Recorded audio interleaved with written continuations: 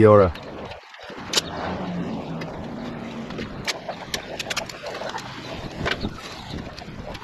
Continuing from last time, we'll apply an undercoat to the shed door. First, protect the doorknob with masking tape.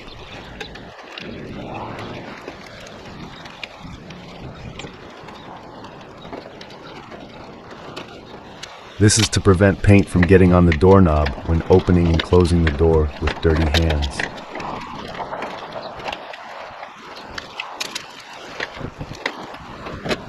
At this time, we also mask off the keyhole to prevent paint from getting on it.